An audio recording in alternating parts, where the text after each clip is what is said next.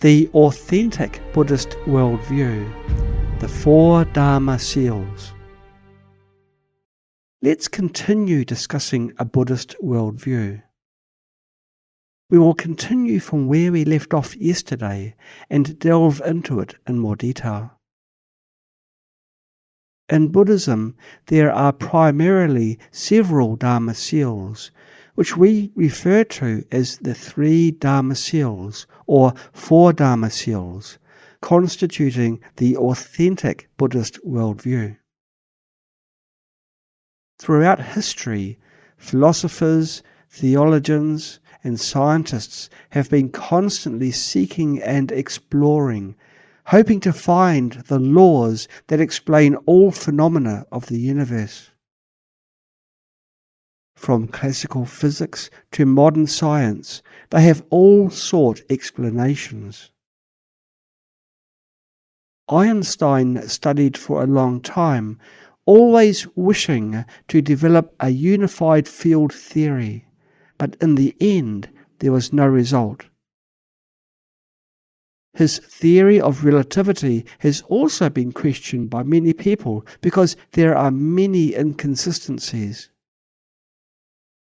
Scientists have reached a bottleneck now, unable to break through, unable to make their theories self-consistent. Quantum mechanics also fails to make itself self-consistent.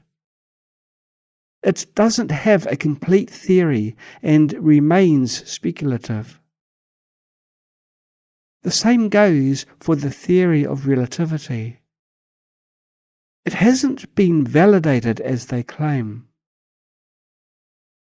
The theory of relativity hasn't been validated at all. Quantum mechanics has been put into use, but it hasn't been justified in theory. They have reached a dead end where they are unable to move forward. Till today, the situation is still the same. Therefore, nowadays, scientists have turned to studying life sciences and mind sciences. In the Buddha's view, there is a universal principle of the world, known as the Three Dharma Seals or Four Dharma Seals. All conditioned things are impermanent. All contaminated things are suffering. All phenomena are devoid of self. Nirvana is peace. This is the truth of the universe, also known as the universal axiom. All the laws and theorems of the world are inferred from these axioms. Therefore, these Dharma Seals are called axioms. An axiom is a fact which can be observed through direct perception and don't need to be proved through inference. For example, all objects have inertia. They either stay still or keep moving in a straight line at a uniform speed. Inertia is not a theorem, but an axiom, which anyone can perceive. There is inertia in the motion of objects and also in the functioning of our minds. Inertia is an axiom. The Three Dharma Seals are also axioms. The first Dharma Seal is, all conditioned things are impermanent.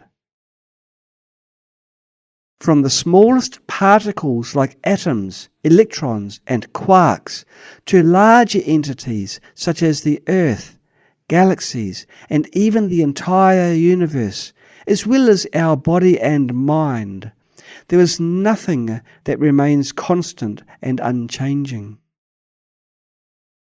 Everything is arising and ceasing moment by moment. It's not a matter of staying unchanged for a while before changing, but rather they are changing every moment. All phenomena depend on various causes and conditions, and are arising and ceasing moment by moment. This is the reality of all things. It's because our minds are in motion, arising and ceasing moment by moment. Everything is arising and ceasing moment by moment, including our eyes, ears, nose, tongue, body, and mind.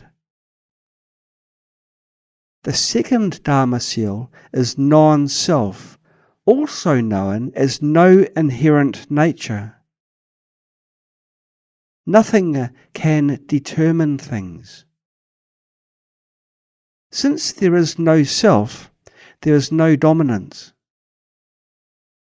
All phenomena, including all living beings, lack dominance. There is nothing that can dominate the world. In other words, there is no God. Since there is no self, there is no Almighty God who rules the world. The five aggregates of our body and mind are also devoid of self. Our body and mind can be divided into 5 categories: form, sensation, perception, mental formations, and consciousness. None of them can dominate the 5 aggregates. All phenomena arise dependently from causes and conditions. Nothing is singular, changeless, and dominant. In Buddhism, this is called lack of inherent nature, the nature that doesn't change. There is no inherent nature that doesn't change. This is called non-self, also known as lack of inherent nature. The third Dharma seal is Nirvana is peace.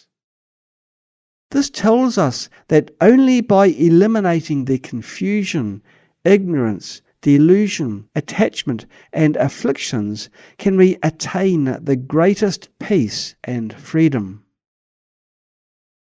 As ordinary beings caught up in ignorance, delusion, attachment, and mental fabrication, we generate boundless afflictions and suffering.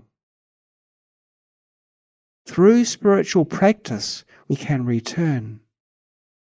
By eliminating confusion and ignorance and understanding the truth, we will no longer be caught up in delusion and attachment. Gradually, afflictions and suffering will diminish. Ultimately, all afflictions disappear, all suffering ceases. This is Nirvana. Nirvana can be categorized into Theravada Nirvana and Mahayana Nirvana, which are different.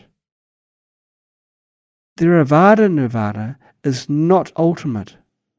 Only the fully enlightened Buddha has attained ultimate Nirvana. Theravada Nirvana is not ultimate and perfect, as it falls on the extreme of emptiness, so there is still some attachment. Nirvana has no arising or ceasing. It's the state beyond birth and death. However, in Theravada Nirvana, there is still arising and ceasing. It's not the birth and death in samsara, but an arhat's state. They still have attachments, so there are still subtle obstacles known as arising and ceasing. Only the Buddha has attained the ultimate and perfect nirvana, also known as non-abiding nirvana. This is the truth of the universe. In nirvana, the 10 realms and the one true Dharma realm are one. After reaching this state, the entire universe becomes one. Our minds can ultimately return to this state where there is no attachment to self, sentient beings, and the existence of all illusions. These are the 3 Dharma Seals. All contaminated things are suffering is an additional Dharma Seal. These 4 principles are known as the Four Dharma Seals. All contaminated things are suffering can also be considered a Dharma Seal, emphasizing that all contaminated things in the world are accompanied by suffering and a sense of being compelled. Suffering means being compelled. There is a lack of freedom and a sense of discomfort. Suffering, whether it is the suffering of change or the suffering of suffering, is always a sense of being compelled without freedom. The 3 Dharma Seals correspond to the process of seeking truth. From here, we start to pursue truth, then engage in spiritual practice, and finally attain enlightenment. Enlightenment means your mind has reached, confirmed, and directly experienced the state such as impermanence, non-self, and nirvana as peace. The so-called enlightenment is to realize with the mind. Without the mind, how could you realize it? There would be no way to realize. If your mind truly enters that state, this is achievable, not fantasy. However, due to reincarnations for countless kalpas, ordinary beings are trapped in a certain state, a certain time and space, unable to break free from that fixed pattern. This is known as one lifetime. After death, they may switch to another time and space. This is what is referred to as the cycle of samsara. In the cycle of samsara, sentient beings continuously switch to different times and spaces, undergoing cycles of birth and death. After death, they may switch to another time and space, or continue to reincarnate in the same time and space. The mind won't cease because it clings to the notion of self. Though there is no self, due to strong deluded attachment to self, the bardo body arises, leading to continued reincarnation. Reincarnation itself arises from deluded attachments. It's not inherent. Reincarnation is also a dream. When you have no self-attachment, you awaken from the dream of reincarnation. Originally, there was no self, but now you cling to the notion of self. Due to ignorance, the mind is deludedly attached to self. Now you have recognized non-self and dispelled this ignorance. You have awakened. Yet you still need to continuously practice to gradually eliminate self-attachment. Recognizing self-attachment doesn't mean you can eradicate it. We still need to practice because our self-attachment is deeply ingrained. Although you have recognized non-self or even initially realized non-self, you still need to engage in long-term practice to gradually eradicate the attachment to self from your mind. When your mind is completely free from self-attachment, you have truly transcended the cycle of samsara. If the self in person is eliminated, that is the state of an arhat. However, arhats still have attachment to self in phenomena, which is a bigger self that hasn't been eliminated.